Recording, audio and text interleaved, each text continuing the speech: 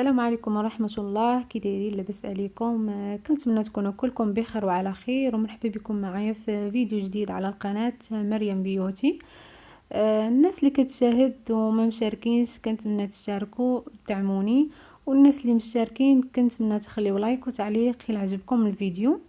المهم في الفيديو هذا بغيت يعني نشترك معكم واحد الوصفة اللي خطيرة في التبييض البنات، خاصة بالوجه والجسم بأكمله. هاد الوصفة كيعتمدوها أكثريا الصحراويات، كما كتعرفوا ما شاء الله. الصحراويات البشرة ديالهم ديال الوجه والجسم بيضاء وصافية ما شاء الله. فهاد الوصفة من الوصفات اللي كيعتمدوها يعني. كما قلت لكم، كتليق البشره ديال الوجه والجسم كامل. فكما كتعرفوا الجسم كيكونوا فيه شي مناطق غامقين. فهاد الوصفه هذه كتوحد اللون وكتبيض وكتصفي، وكذلك الوجه كتوحد كذلك اللون ديال الوجه. كيكونوا هكا شي يعني منطقه اللي ما بين الفم، اللي دايره بالفم عفوا، كتكون يعني سمراء. فهاد الوصفه خطيره، الا جربتوها ان شاء الله غادي تلقاو نتيجه زوينه بزاف. كنتمنى تجربوها ان شاء الله، وبلا ما نطول عليكم نشوفوا المكونات والطريقه.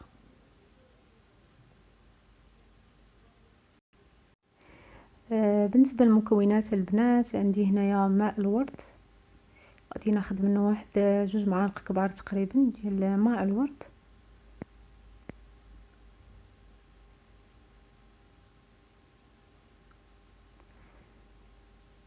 وعندي معلقه صغيره ديال دانون طبيعي، معلقه صغيره عامره ديال دانون طبيعي او دانون مسوس.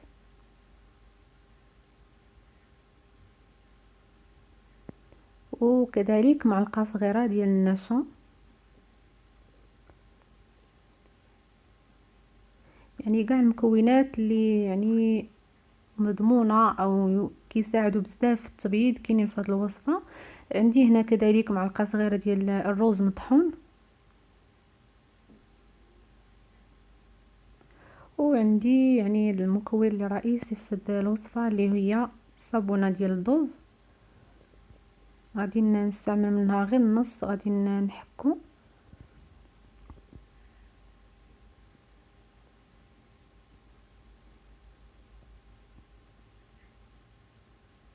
وعندي كاس ديال الحليب اللي غادي نسخن من بعد، يعني خاصني ضروري يكون سخون.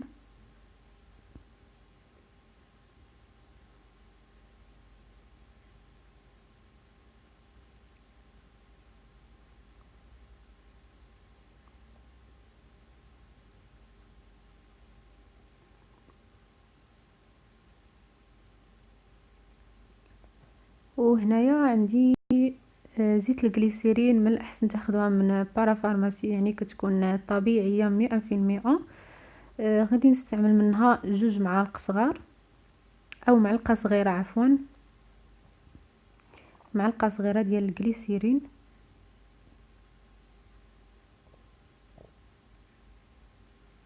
وهنا عندي الغسول الابيض، حتى هو من المكونات الرئيسيه في هذه الوصفه. ما تصوروش يعني الدور ديالو، وثمنه يعني رخيص، ولكن النتيجه ديالو هايله.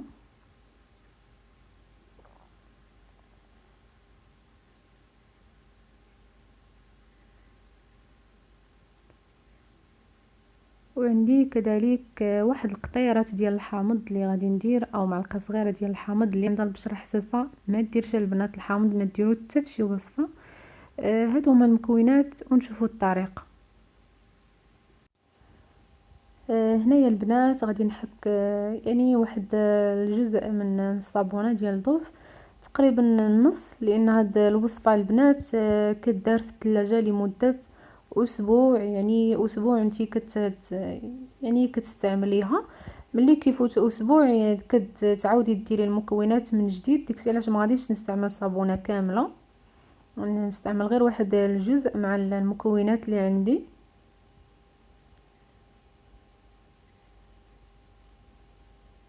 راه اي وصفه خاصه المداومه، يعني غادي تحسوا بالفرق من التجربه الاولى، ولكن يعني خاصة المداومة باش كيبقى الوجه ديالكم ديما صافي، ويعني كيبيض وكيتوحد اللون في مرة.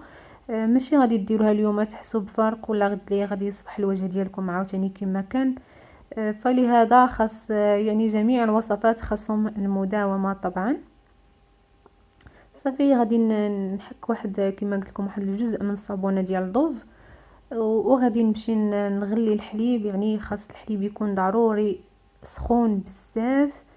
عاد كنستعملو مع هاد الوصفه ديالي. مهم انتما معايا ونشوفوا يعني الطريقه كامله.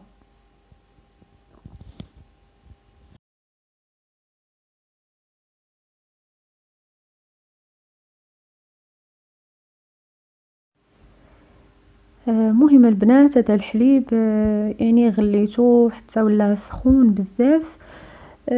ضروري يعني كما قلت لكم يكون سخون. ضفتو على ديك الصابونه اللي حكينا من قبل. غادي نخلط مزيان تنحس بها يعني دابت شويه.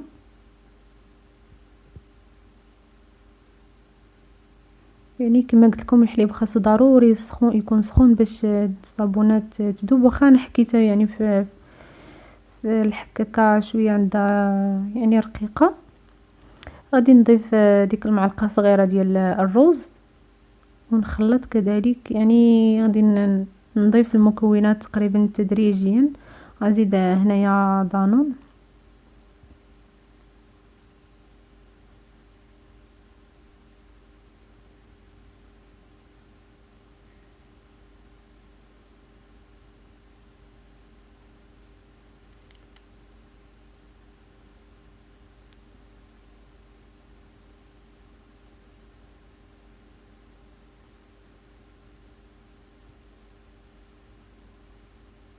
وغادي نزيد ديك المعلقه صغيره كذلك ديال النشا.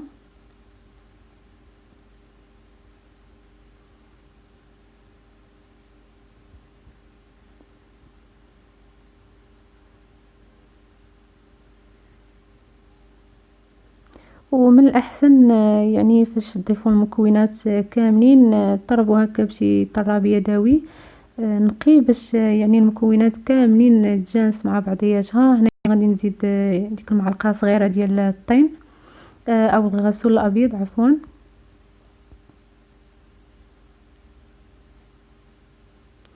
هو هذاك. غادي نضيف زيت الجليسيرين.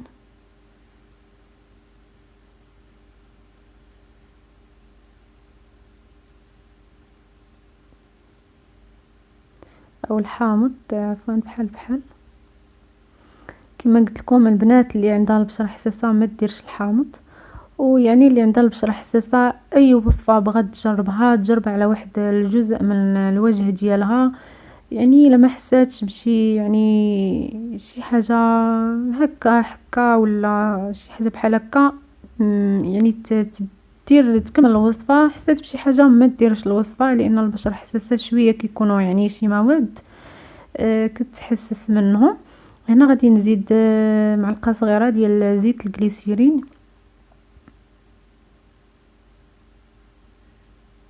ان شاء الله في فيديو اخر ان شاء الله غادي ننزل لكم واحد غسول طبيعي بزيت الجليسيرين رائع ان شاء الله. وهنايا غادي ندير 2 معالق كبار ديال ماء الورد. يعني واخا تشوفوا هكا القوام ديالها سائل، ولكن راه ملي كنديروها يعني في الثلاجه كتجمع راسها. ودابا نبين لكم كي خرجت يعني من بعد ما ندخلها في الثلاجه.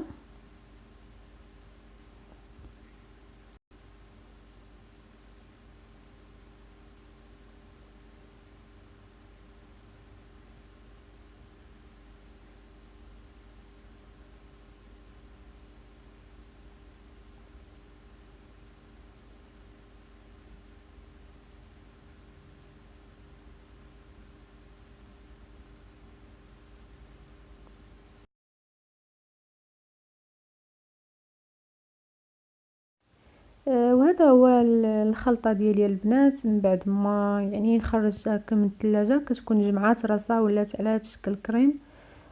وسمحوا لي الاضاءه شويه ناقصه، صورت بالليل. يعني كتولي هكا كما كتشوفوا.